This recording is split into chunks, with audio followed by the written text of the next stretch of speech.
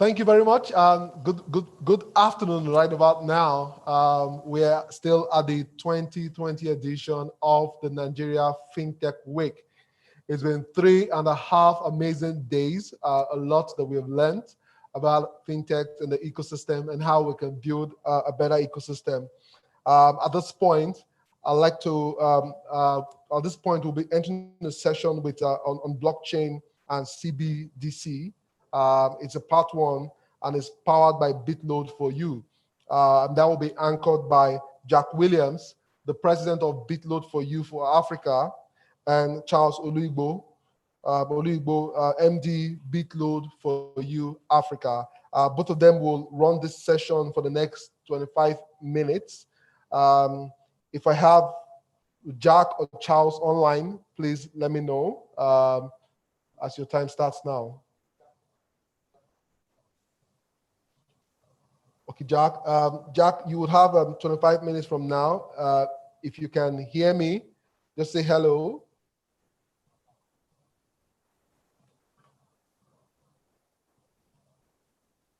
Hello, Jack.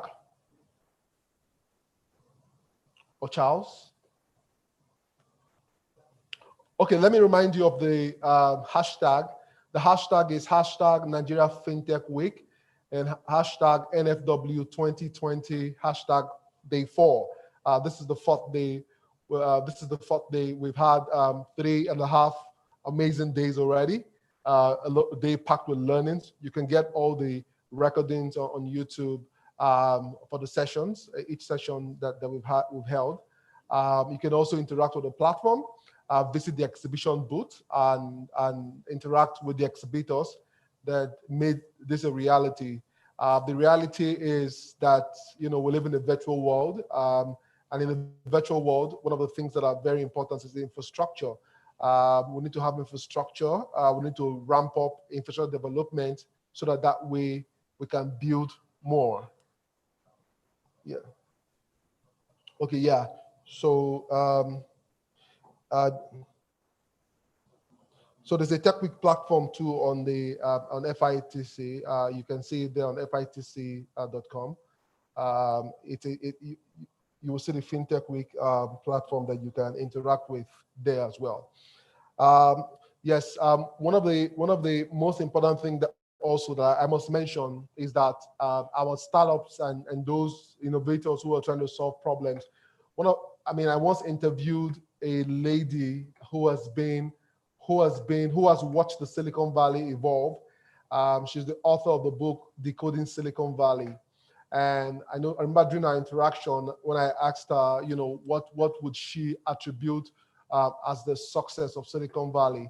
And one of the things she stated was that Silicon Valley, had more like a tripod. So there's the government, there's the innovators, and there is the academia on one side. So 3 of them together are working hard to build the ecosystem,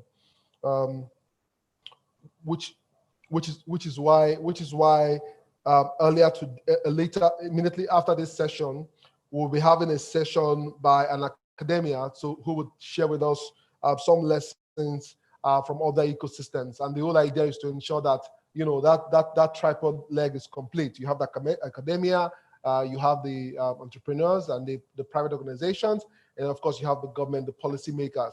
We need to get that complete. The session before now, Ted talked about the fact that Nigeria is a very innovative country, and really what we need is funding and the right kind of policies. I think that our entrepreneurs and our innovators can make a difference. We're still waiting for Jack. Once Jack comes online, we would hand over to Jack to share what Bitload4u has to say. Let me just do a quick reminder of all the sessions we've had, starting from Monday, when we had a session on a cyber gurus. Okay, I understand that Charles is available. Hey, Charles, can you hear me? Hello, Charles. Okay, once I get a signal from Charles, I'll hand over to Charles. Every now and then, technology sometimes has a mind of its own, right? But hey, we'll move.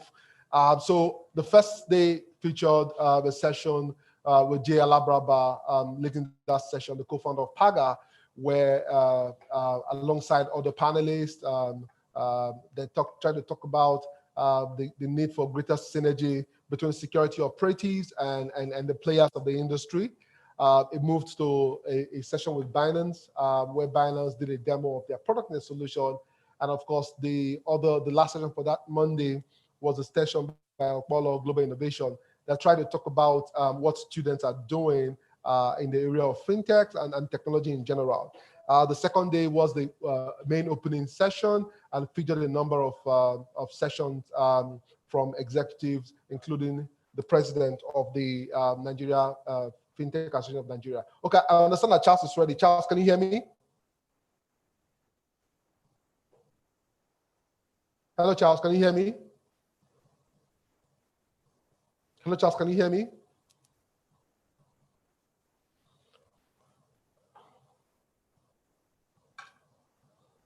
Hello, Charles, can you hear me?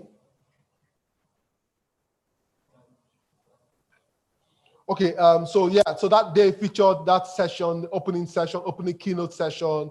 We had Zenith Bank executive, we had an Access Bank executive, and they were all sharing their thoughts about the fintech industry, and of course, EcoBank, all sharing their thoughts about the fintech industry. And over that, we've had a number of sessions, including the session we had yesterday, where we connected to the Singapore studio, discussing the SME digitalization in a post-COVID world. That session ended up with strategies and tips and tricks that SMEs can adopt, including leveraging platforms, also encouraging for more and more collaboration. I think if you ask me, even though the theme for this year's event has been evolving economic disruption, fintech as a solution, I would also say that, I would say a rider under the growing need for collaboration, because one thing that has come out over and over from Monday, Tuesday, Wednesday, even up to today is the word collaboration, right? Collaboration. Players have hammered on the need for more collaboration from industry players, the needs to create more platforms, and see how to ensure that those platforms can interoperate within and speak to themselves at intervals. And of course, that's even the concept of API, right? So API is my platform allowing you to speak to my platform, yours allowing me to speak to you, which is why technology it thrives on collaboration, right? You've just got to collaborate. And the fintech industry that has helped to drive a lot of unbanked to the banked is one industry that is very critical if we must hit 80% and above target. I mean, just imagine, a situation where we have about 80% of almost 200 million people, or over 200 million people who are in the bank dragnet. I mean, in the banking dragnet or in the financial services dragnet. I mean, that would be amazing, and that is possible if there will be greater collaboration. And of course, at the heart of collaboration is policies that will drive collaboration. This is what the Nigeria FinTech Week stands for. This is what Nigeria FinTech Week hopes to achieve. And of course, looking back at the last 4 years, where a number of policies have come out from this event, I'm sure that many more events, many more possibilities that would drive positive policy would come out for this event. I mean, I'd like to see that, the Nigeria FinTech Week lead the way forward more, even possibility of a fund. I mean, a FinTech fund. I mean, that would also support a lot of startups who are trying to connect, fintech and e-commerce. And because at the heart of all of this, I mean, I started this whole digital journey very early, and I know how payments, slowed us down back in the days. It was a horrible experience, for lack of a better word. It was a horrible experience, right? But today all that has changed, right? At the heart of this are innovators and fintech providers, So the next phase now is, how do we plug fintechs into healthcare, logistics, e-commerce in a very remarkable way, right? And that is really the next step for us that, would bring about a lot of economic empowerment for the country. But I'm excited. There are positive days ahead. I mean, the ecosystem is something I believe in, work hard for just not just as a journalist, but also as an operator, helping to run Founder Institute in Africa. Founder Institute basically trying to drive more startups, right? More fintech startups, and also, and the good thing, and the interesting thing is that for every startup, right about now, we have close to 60 startup in our FI Nigeria portfolio. All of the 60 startup, they rely on fintechs for fund collection, right? For fund collection or for running other services. So the role that fintechs play, you cannot dispute it, right? It's really, really very important, right? And so we want to see more innovation happening. We want to see more scalability. Paystack, congrats, kudos. That was a very good one. I mean, it's good for the industry that one company, started about 5 years ago, can go on to, be sold for $200 million. To be acquired. I mean, that's amazing for the ecosystem. And I think that the impact of that, I mean, just before that, there was DPO in Kenya also, that's also a fintech that also got acquired now, I think $270 million or something. Can't remember the exact, whether it was acquired or it was an investment, but it was a whooping $270 million. So the fintech industry still has a lot of possibilities, a lot of ground left uncovered. A lot of cash still moves around in Nigeria. I mean, personally, I think the last time I held cash was about maybe 3 months ago, right? I personally, run everything digitally, right? But I still know that a lot of cash movement still goes on, right? We just have to evolve to a country that really, really can do a lot less without cash. And I think that, like I've said publicly, on TV, my show, and also on writing as a columnist, that if we want to solve corruption in Nigeria, one of the ways that we can do that is to create technology solutions that will make it happen. And a lot of companies already have that. I mean, Remita proved to us that you don't need 20,000 accounts to run government, right? You need one central account, and TSA has shown that. So you can imagine what we can do with identity. You can imagine what we can do with lots of things. So we've got all we need. Maybe what we lack is I don't know. So, but yeah, we've got all we need, right? And the best way to fight and stop corruption in Nigeria is to reduce the use of cash, try to move things to e-government, where I don't have to go and sit in some office for hours to get government service, where I can just log on online, answer all the questions. As long as I meet the criteria, I get the service that I need, I pay the right fees, and I move on. I mean, these things are possible. But as long as, you have to go and wait for the people in their offices and wait for them to give you some approvals, corruption remains a myth that may never leave us. But yeah, but if we can try to do what is required, and and some people say to me, oh, but CFA, technology can get hacked, or somebody can compromise the system. I said, that's fine, but that's why there's also another layer called forensics, right? So even if I manipulate the system that I created, right? If you bring in and I delete it, I mean, a lot of you who are on this platform already know that. Even if I delete that compromise, right?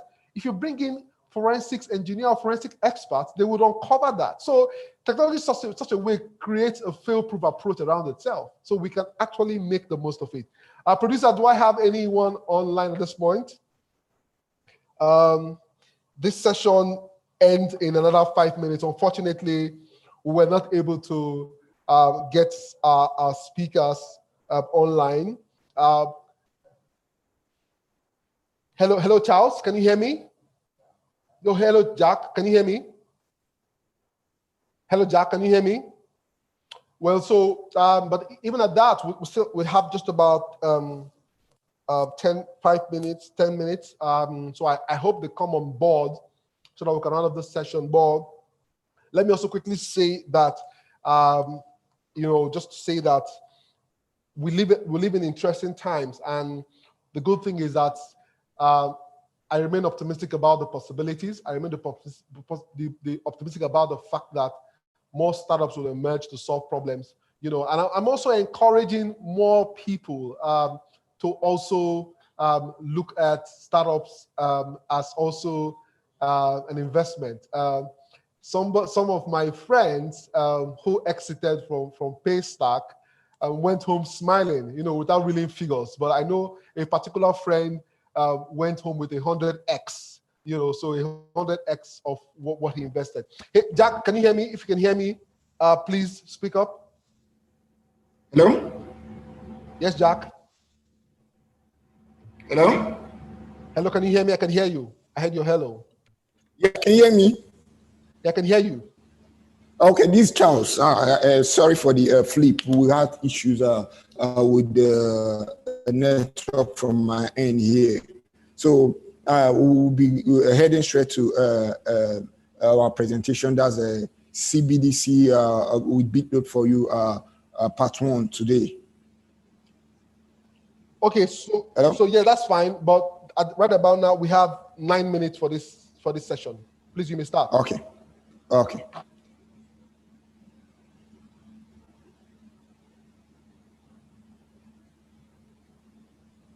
Please, you may begin.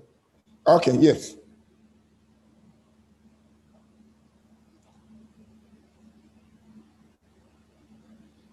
Okay.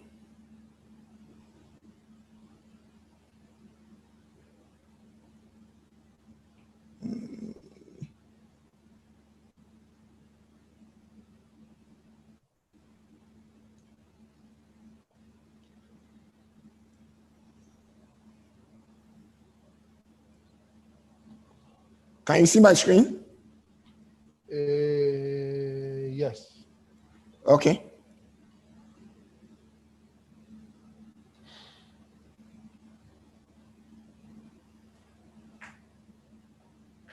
Okay, quickly, we'll be looking at digital currencies and the future of Nigeria.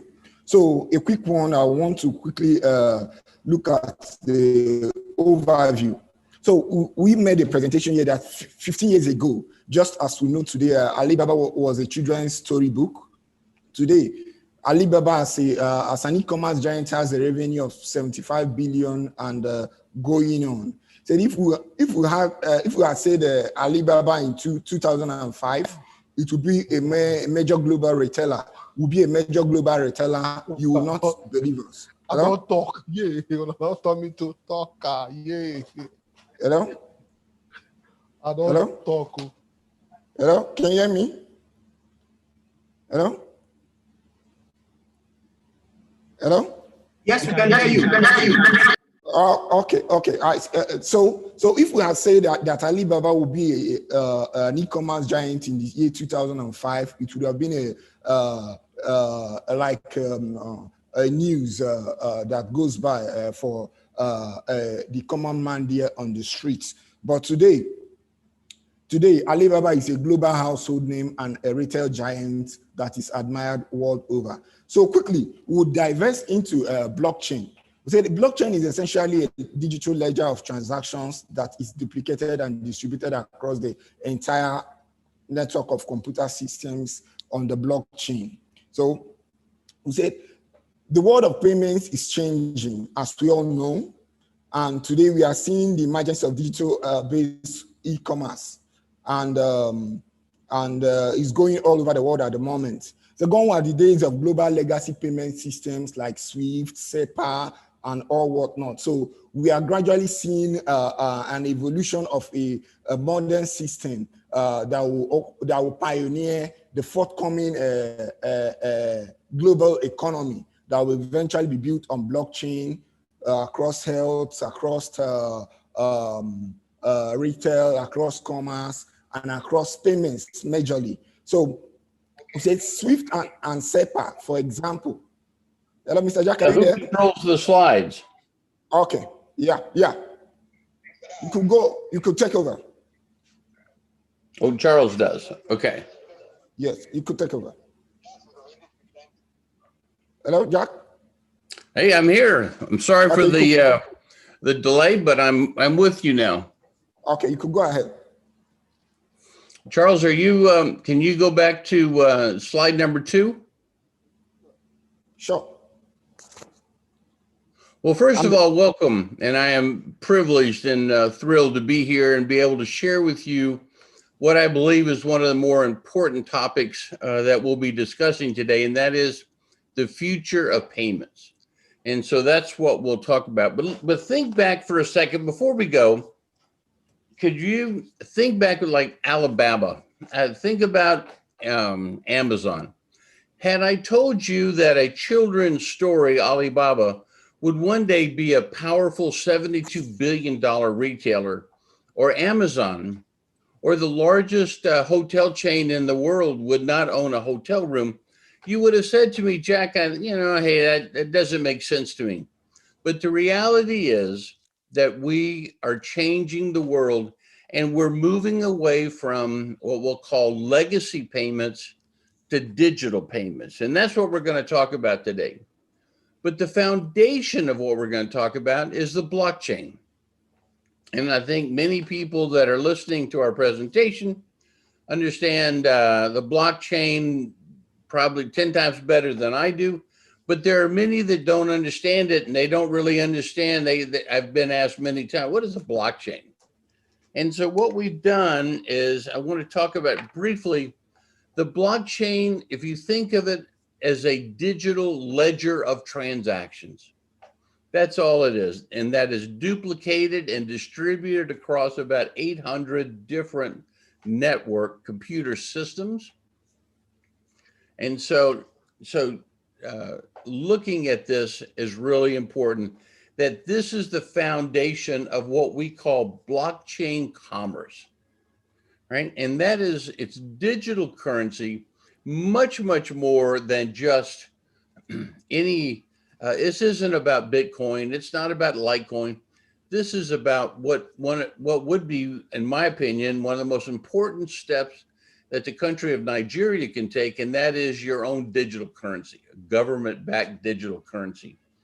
And so let's look at some of the things that are going on. So one is today, we're seeing this emergence, this whole new world of electronic payments at the consumer level is going to drive commerce in the world.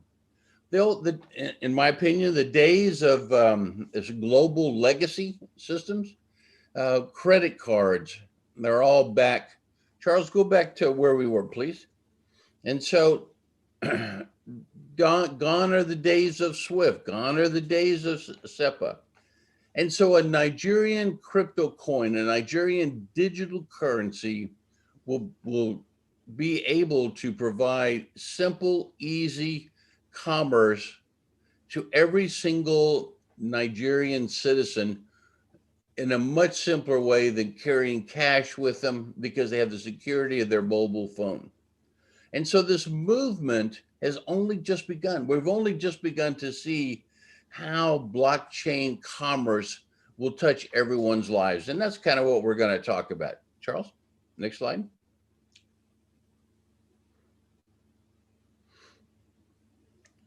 Thank you. So why blockchain? Why is this distributed ledger all over the world important? Is that it prevents fraud. It prevents manipulation of data. It is able to prevent any process that would come and interfere. So speed to market, and the secure funds is what blockchain commerce brings. These are secure transactions. From a merchant's perspective, there's no chargebacks. There's no fraud. And since, in my opinion, Nigeria is the leader in Africa, leadership always means being first. And we believe that blockchain delivers leadership. And that, and so as Nigeria goes, so too is blockchain. And so too is the continent's financial wherewithal. And so that's what we want to kind of focus on. Charles, next slide, please, sir. Yet our journey has only just begun. It is just now starting. The utilization of blockchain-based currencies has only begun. So we know that 39 different countries, including the United States, we know China, Japan, and others are moving towards government-backed digital currencies. And that stable coin, that is what we're talking about. We've seen Bitcoin in the last 60 days go up dramatically. But which is good for some, but it's not good for all. And so stable coins, they call them. That is a coin tagged to a given price, the Nara or the dollar or the euro. This utilization has only begun. And so I believe really to a great degree, the future of Nigeria is tied directly to the future of consumer acceptance. This isn't about 100,000 euro transfers in blockchain. This is about small transactions that take place. And so we believe that there are three segments that are identified, that have to be active in the consumer level. And that is consumer level to cash and coins. Got to be simple and easy. ATM access, that is taking, so either to buy digital currencies, coin we call them, or to transfer and to get cash. Cash is never going to die completely anywhere in the world. But yet COVID-19 has kind of taught us that we need to be aware that there will be could be environments where that is a hindrance. But ATM access, and the third area is merchant acceptance. That is being able to use a government-backed digital currency, walking into a store with the same ease and simplicity as you can with a Visa plastic card or with cash. It's all about easy access to cash from your digital currencies and being able to provide that and once you can provide that, then all of a sudden we have the entire process end to end that will meet the consumer's mainstream adoption requirements. Charles, next slide, please.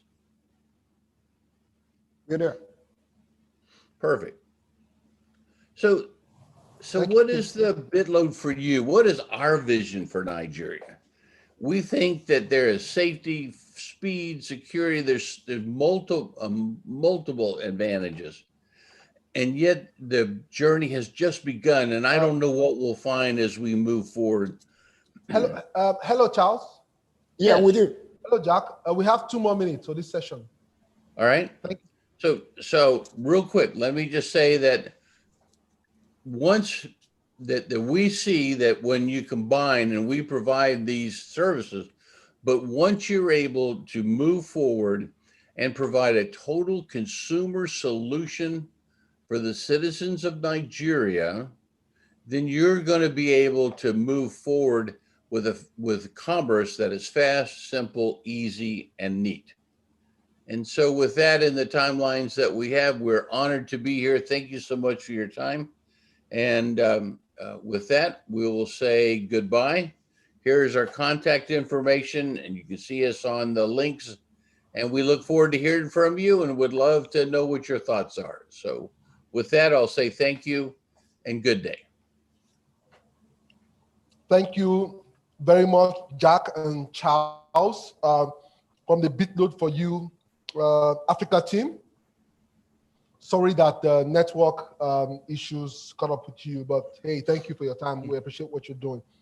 All right, so we're starting the next session now. So please, you need to exit this and then join us at the next session, starting in exactly 1 minute. Thank you very much. Thank you. So can you join any of the other sessions to know what other people are saying?